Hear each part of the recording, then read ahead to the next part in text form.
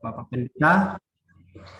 Selamat bergabung Bapak Pendeta yang akan memimpin kita bersama dalam doa perenungan dan juga pujian pada saat ini. Baik, mari kita memulainya dengan sebuah lantunan lagu Mampirlah Dengar Doaku. Tanpa iringan, mari kita secara bersama-sama kita melakukan ini dengan penuh ketulusan bahwa kita akan didengarkan oleh Tuhan bersama-sama dalam perenungan kita pada saat ini. Satu mic hanya yang akan dinyalakan. Dan mari Bapak Ibu dengan penuh penghayatan kita bersama-sama dalam doa singkat pada saat dan perenungan pada saat ini kita mengatakan, mampirlah dengar doaku. Mampirlah dengar doaku, Yesus penebus. Orang lain kau hampiri, jangan jalan terus. Yesus Tuhan, dengar doaku.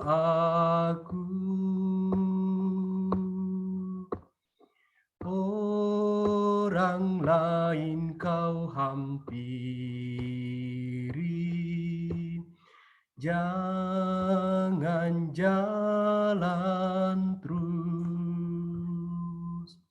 Saudara-saudara, dengan ketulusan bahwa Tuhan mendengarkan doa kita dalam doa bersama pada saat ini, mari kita datang di hadirat-Nya. Kita mengatakan bahwa di hadapan-Mu Tuhan aku menyembah dengan segala ketundukan dan penyesalan di hadapan-Mu.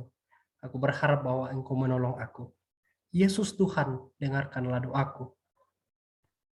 Yesus Tuhan, dengarkanlah doaku. Di hadapan tahta rahmat kita nyanyikan bersama. Di hadapan tahta rahmat, aku menyembah, tunduk dalam penyesalan. Tuhan tolonglah. Sama-sama kita katakan Yesus Tuhan. Yesus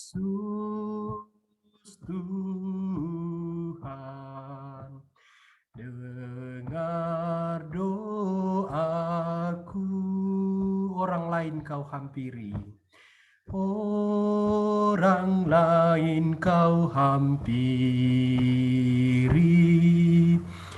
jangan jalan terus. Yesus Tuhan, Yesus Tuhan,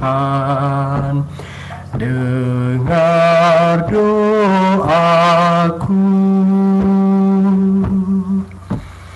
Orang lain kau hampiri, jangan jalan terus. Mari kita berdoa. Terpuji Engkau ya Tuhan, bersama-sama dengan segenap jemaat Tuhan. Bersama-sama dengan saudara-saudara kami ya Tuhan yang dalam kelemahan tubuh. Pada waktu yang singkat pada malam saat ini ya Tuhan. Kami bersyukur Tuhan menyapa kami. Tuhan bersyukur kami boleh dipertemukan secara virtual pada saat ini bersama dengan saudara-saudara kami. Kami tidak bisa dipertemukan secara langsung ya Tuhan. Namun kami percaya bahwa Tuhan yang tak terbatas oleh waktu, Tuhan yang tak terbatas oleh ruang, boleh mempertemukan kami dalam kebersamaan kami pada saat ini Tuhan. Dan kami bersyukur bahwa Tuhan boleh mempertemukan kami bersama dengan beberapa keluarga, beberapa saudara-saudara kami yang dalam kelemahan tubuh pada saat ini Tuhan. Dalam ketulusan hati kami datang di hadirat-Mu Tuhan. Dalam kerendahan hati kami datang di hadirat Tuhan jamah kami. Dan pada saat ini Tuhan kami akan bersama-sama mendengarkan refleksi singkat yang akan menjadi sebuah penguatan iman bagi kami. Dalam kami masa-masa pemulihan, saudara-saudara kami yang sementara isolasi mandiri, bahkan segenap sahabat-sahabat kami yang memberikan penguatan kepada saudara-saudara kami yang diberikan kesehatan oleh Tuhan. Hambamu Pendeta Sanover akan berbagi firman dengan kami. Berkati hambamu dalam menyampaikan seturut dengan kehendak Tuhan. Biarlah firman yang disampaikan, penguatan yang disampaikan, boleh menjadi penghiburan bagi kami, iman kami semakin dikuatkan di dalam Tuhan, sehingga hati kami semakin bergembira di dalam Tuhan. Dan hati yang gembira itu akan menjadi obat yang manjur bagi tubuh kami karena Kristus memberkati kami. Berfirmanlah kepada kami Tuhan. Bersabdalah kepada kami lewat hambamu Pendeta Sanover. Kami siap untuk mendengarkan firman-Mu.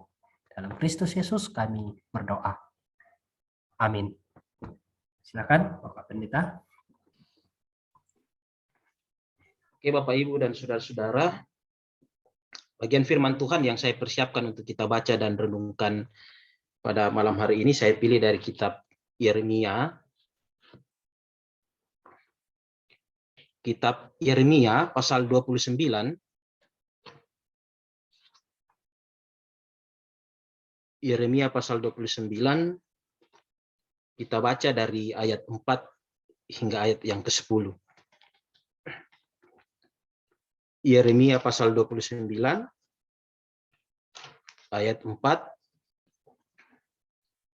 hingga ayat yang ke-10. Judul perikop adalah surat kiriman kepada orang-orang buangan di Babel. Ayat 4.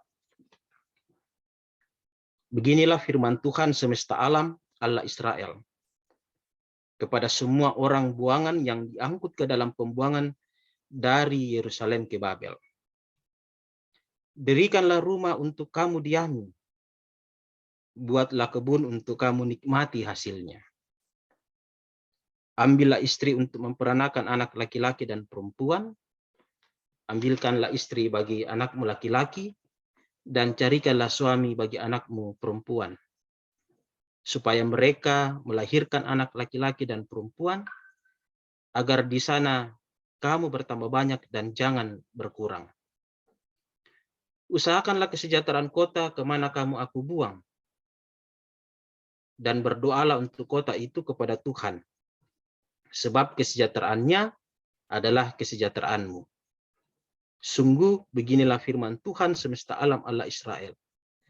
Janganlah kamu diperdayakan oleh nabi-nabimu yang ada di tengah-tengahmu dan oleh juru-juru tenungmu. Dan janganlah kamu mendengarkan mimpi-mimpi yang mereka mimpikan. Sebab mereka bernubuat palsu kepadamu demi namaku. Aku tidak mengutus mereka, demikianlah firman Tuhan. Ayat 10. Sebab beginilah firman Tuhan. Apabila telah genap 70 tahun bagi Babel, barulah aku memperhatikan kamu. Aku akan menepati janjiku itu kepadamu dengan mengembalikan kamu ke tempat ini. Demikianlah sabda Tuhan, terpujilah Kristus. Haleluya, amin.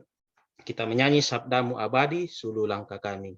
Sabdamu abadi, suluh langkah kami, yang mengikutinya hidup sukacita. Bapak, Ibu, dan saudara-saudara, dari beberapa ayat firman Tuhan dari Yeremia pasal 29 ini, saya coba untuk mengangkat satu tema, yaitu ketika hidup tak sesuai harapan. Ketika hidup tak sesuai harapan. Nah, Bapak, Ibu, dan saudara-saudara, saya mau mendahului renungan ini dengan mengutip satu ungkapan dari seorang penulis dan rohaniwan Kristen asal Amerika yang bernama Hal Lindsey. Jadi Hal Lindsey ini mengatakan begini terkait harapan hidup orang. Dia katakan begini. Manusia itu dapat hidup 40 hari tanpa makan. sekitar 3 hari tanpa minum, sekitar 8 menit tanpa udara, tetapi hanya 1 detik jika tanpa harapan. Jadi Hallense ini mengatakan kalau 40 hari orang tanpa makan itu masih bisa hidup. Kalau orang 3 hari tidak minum, orang masih bisa hidup. 8 menit orang tahan untuk tidak bernapas, masih bisa juga hidup. Tapi Hallense mengatakan begini, tapi 1 detik pun kita hilang harapan, kumalik isau, kita mati. Jadi betapa pentingnya harapan dimiliki oleh seseorang. Yaitu tadi, 1 detik pun tidak ada di dalam kehidupan kita, maka hidup kita sama saja dengan mati. Nah, kalau harapan itu penting Bapak, Ibu, dan saudara-saudara, maka kira-kira kapan harapan kita itu mulai terganggu? Kapan keharapan di dalam hidup kita ini kira-kira itu goyang dalam hidup kita? Sadar atau tidak Bapak, Ibu, dan saudara-saudara, harapan kita mulai terganggu atau mulai goyang di dalam diri kita saat kita menemukan kenyataan yang ternyata terjadi di luar harapan kita. Problem hidup kita itu ada di situ. Problem psikologis manusia itu ada di situ.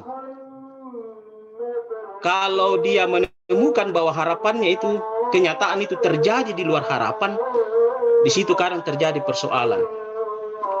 Kalau orang misalnya investasi 300 juta untuk sebuah usaha, lalu kemudian harapannya nanti kembali mendapatkan untung yang berkali-kali lipat, dan itu terjadi sesuai harapan, tidak ada masalah.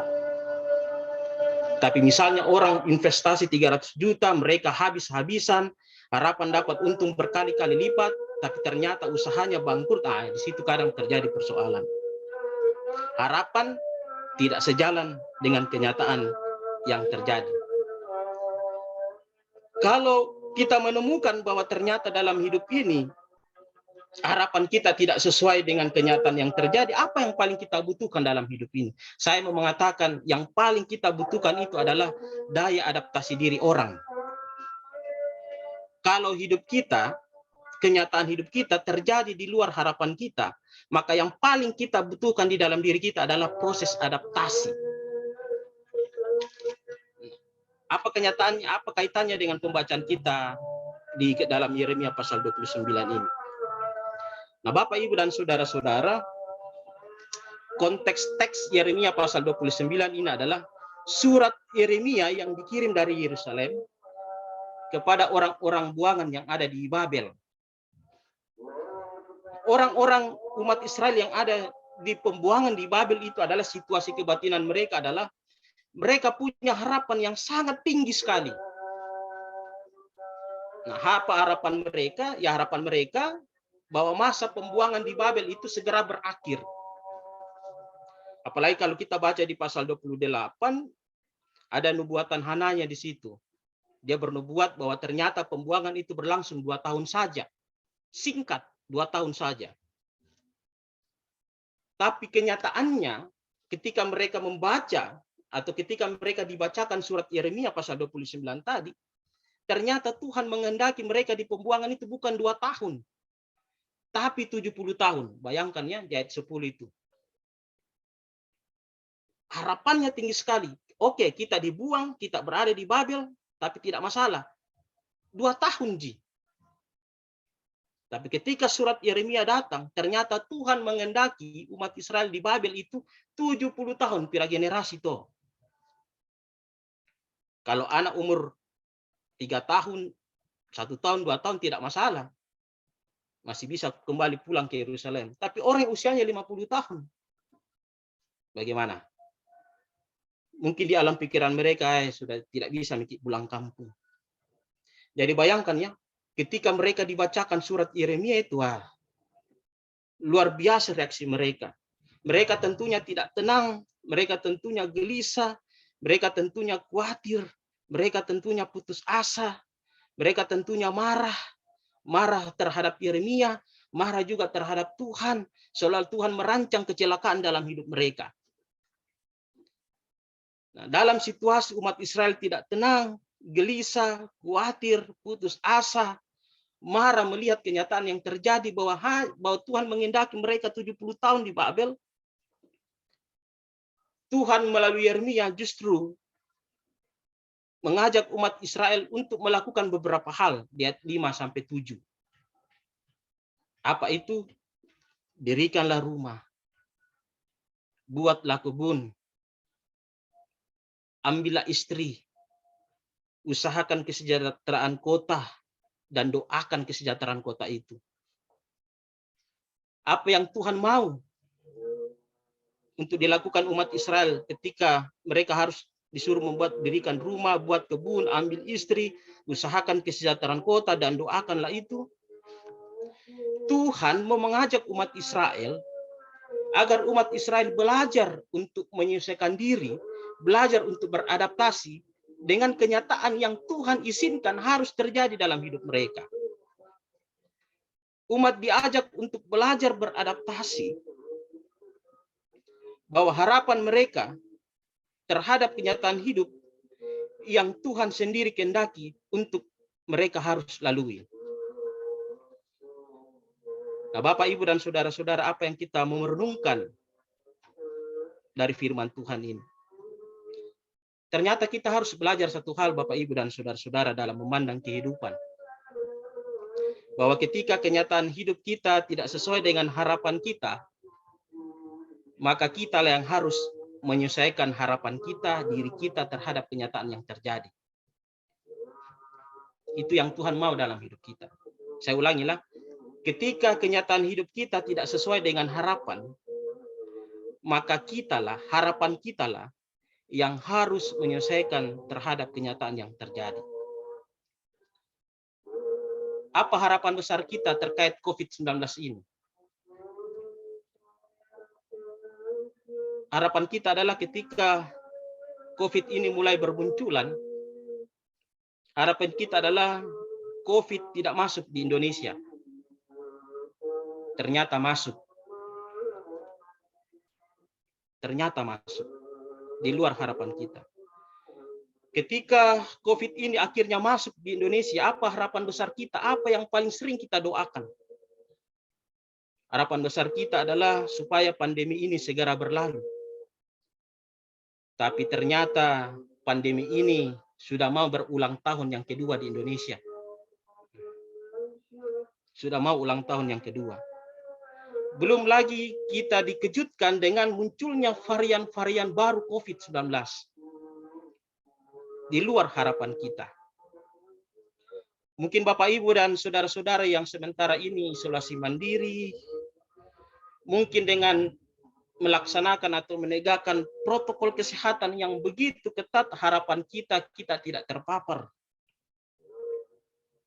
Tapi kenyataannya kita terpapar dan harus isolasi mandiri. Jadi inilah kenyataan-kenyataan hidup yang memang terjadi seringkali di luar harapan kita. Dan saya mau bilang Bapak, Ibu, dan saudara-saudara, seringkali kenyataan-kenyataan seperti itu Tuhan izinkan untuk kita lalui. Tuhan izinkan untuk kita lalui. Kalau Tuhan izinkan itu terjadi dalam hidup kita, lalu apa respons kita yang tepat? Belajar dari kitab Yeremia pasal 29. Ini respons kita yang tepat adalah, ayo Bapak, Ibu, dan saudara-saudara, kita belajar menerima kenyataan yang terjadi. Tidak usahlah kita lalu kemudian menyangkal bahwa COVID tidak ada, kita mau menghindar dan lain sebagainya. Kita terima semua kenyataan yang terjadi. Lalu kita belajar beradaptasi dengan kenyataan-kenyataan yang ada. Kita beradaptasi. Kita terima, kita beradaptasi dengan situasi itu. Lalu kita beri makna iman di dalamnya. Saya ulang ya, kita terima, kita beradaptasi, dan kita beri makna iman di situ. Apa makna iman yang bisa kita taruh dalam situasi-situasi saat ini? Kita bisa memaknai bahwa situasi COVID-19 ini, suasana isolasi mandiri yang Bapak Ibu dan saudara-saudara alami ini, kita bisa beri makna iman sebagai berikut. Ini bisa menjadi proses saya semakin bertekun. Ini bisa menjadi proses saya untuk semakin mengandalkan Tuhan. Semakin bergantung dengan Tuhan. Mungkin dengan situasi ini adalah sarana untuk saya menghargai waktu bersama dengan keluarga, waktu bersama dengan suami, istri, anak-anak. Mungkin situasi hari ini menjadi sarana untuk saya bertumbuh lebih kuat. Mungkin situasi hari ini membuat saya harus semakin lebih peka mengasihi kehidupan sesama. Mungkin situasi hari ini adalah proses saya belajar. Mau belajar percaya tentang janji Tuhan, tentang kehadiran Tuhan, tentang pemeliharaan Tuhan atas hidup saya. Jadi sekali lagi Bapak Ibu dan saudara-saudara, terima, mari kita beradaptasi dan beri makna iman di dalamnya. Kalau itu yang kita lakukan, saya percaya sekali, imun dan iman kita akan terus meningkat menghadapi pandemi COVID-19 ini dan melewati masa-masa isoman yang Bapak Ibu saudara-saudara sedang jalani saat ini. Sampai waktu Tuhan membuat kita menang atas pandemi COVID-19 ini. Roh Kudus menolong, Tuhan memberkati Bapak Ibu dan saudara-saudara. Amin. Amin. Ya, terima kasih Pak Pendeta. Biarlah imun dan iman kita semakin meningkat dalam mendengarkan berita kebenaran tentang sebuah pengharapan di dalam Tuhan. Bahwa di dalam Tuhanlah ada sebuah pengharapan. 1 detik pun dikatakan tadi tidak akan bisa kita hidup tanpa sebuah harapan. Terima kasih Pendeta Sonover sudah berbagi penguatan kepada kita semua, dan biarlah semuanya itu menjadi kekuatan iman, terlebih khusus kepada saudara-saudara kita yang sementara isolasi mandiri. Terpujilah Tuhan. Baik, Opa akan memberikan persembahan pujiannya. Saya di WA pribadi tadi untuk kita menikmati sebelum kita masuk dalam doa syafaat nantinya, dan akan dipimpin oleh Pendeta Sanover, dan setelah itu kita tutup pertemuan kita. Silakan Pak Boas untuk memberikan persembahan pujiannya. Silakan. Ya, terima kasih hamba Tuhan Pendeta Sanover, Pendeta Arif yang sudah memfasilitasi ibadah kebersamaan kita pada sore malam hari ini. Saya satu persembahan lagu dari Kidung Jemaat 457, ya Tuhan tiap jam. Jadi bukan tiap jam saja, bukan tiap menit saja, bukan tiap detik saja, tapi setiap saat, seperti khotbah hamba Tuhan tadi, Pendeta Sanoper, ya jangan kita pernah meninggalkan harapan itu, ya. Jadi itu harapan kami yang terpapar, ya sungguh banyak, dan di tempat saya sendiri, ya anggota kami ya mungkin ada sekitar 20% yang terpapar secara klaster rumah tangga. Tetapi ya itu kita terima saja karena ya kita diizinkan tadi untuk mengalami semuanya ini. Ya Tuhan tiap jam lewat seruling bambu.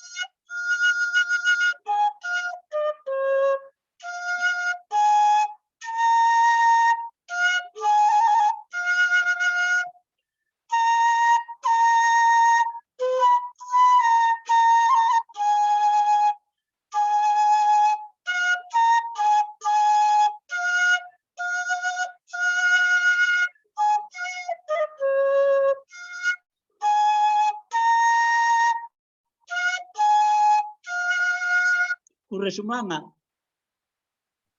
Ya, puji Tuhan untuk persembahan pujian yang boleh dibawakan.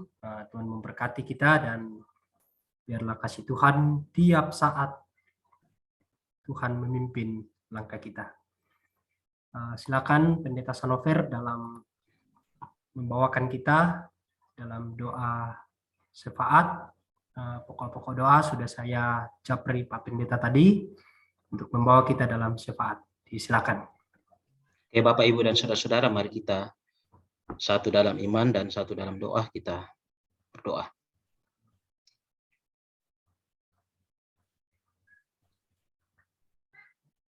Memang benar Tuhan bahwa di luar Engkau kami tidak dapat berbuat apa-apa. Oleh karena itu setiap jam, bahkan setiap tarikan nafas hidup kami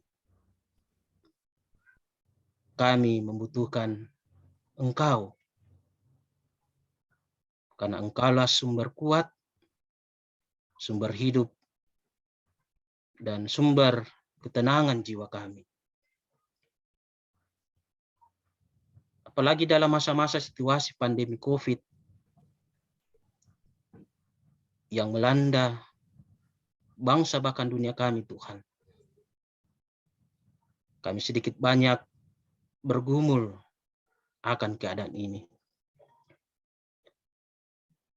Dan dalam situasi seperti ini, Tuhan, kadang-kadang banyak harapan terjadi. Kenyataan terjadi di luar apa yang kami harapkan.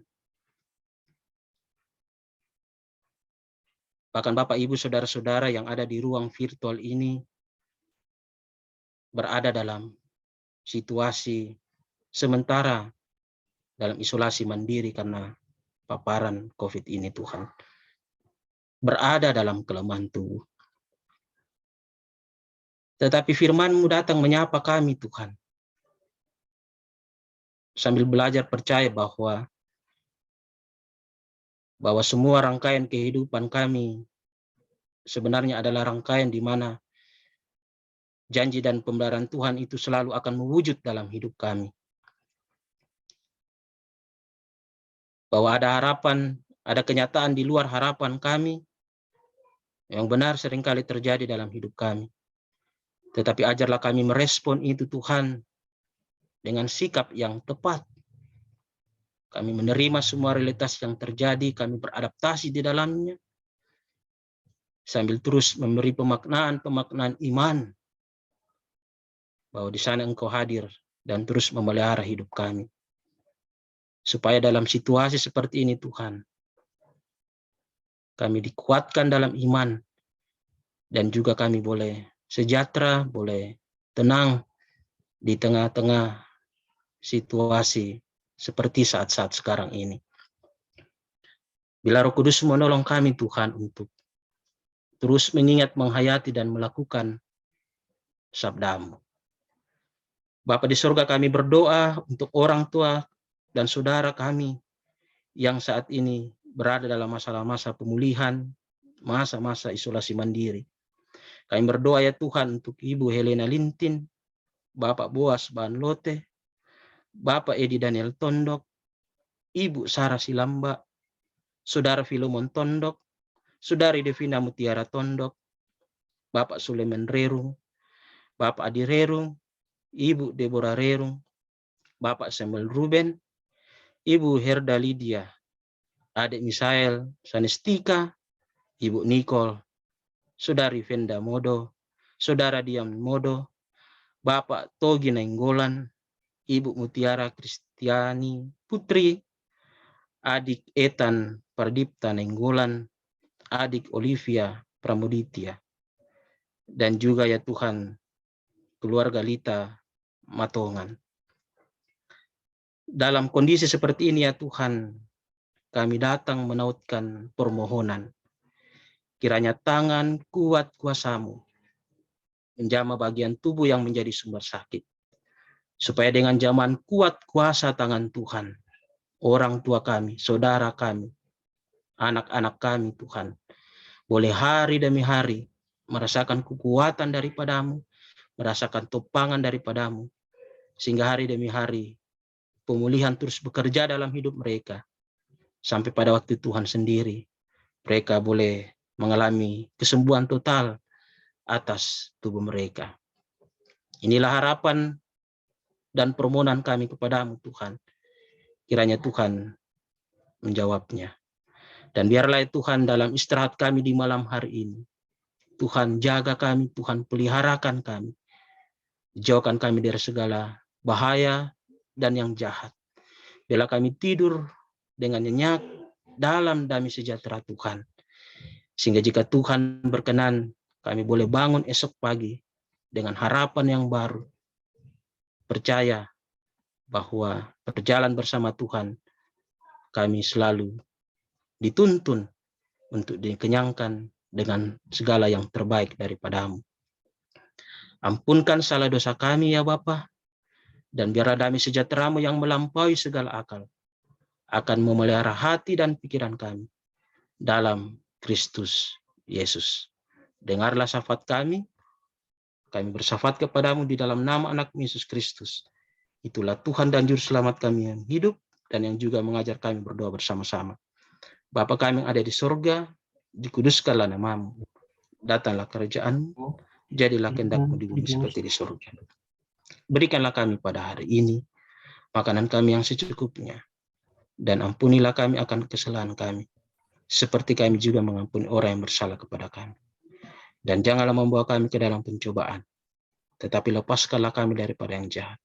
Karena Engkau-lah yang punya kerajaan dan kuasa dan kemuliaan sampai selama-lamanya. Amin. Oke. Terima kasih Pak Pendeta sudah memimpin kita dalam doa bersama dan juga perenungan singkat lewat penguatan kepada kita semua. Dan Bapak Ibu yang juga bergabung pada malam saat ini diucapkan terima kasih kepada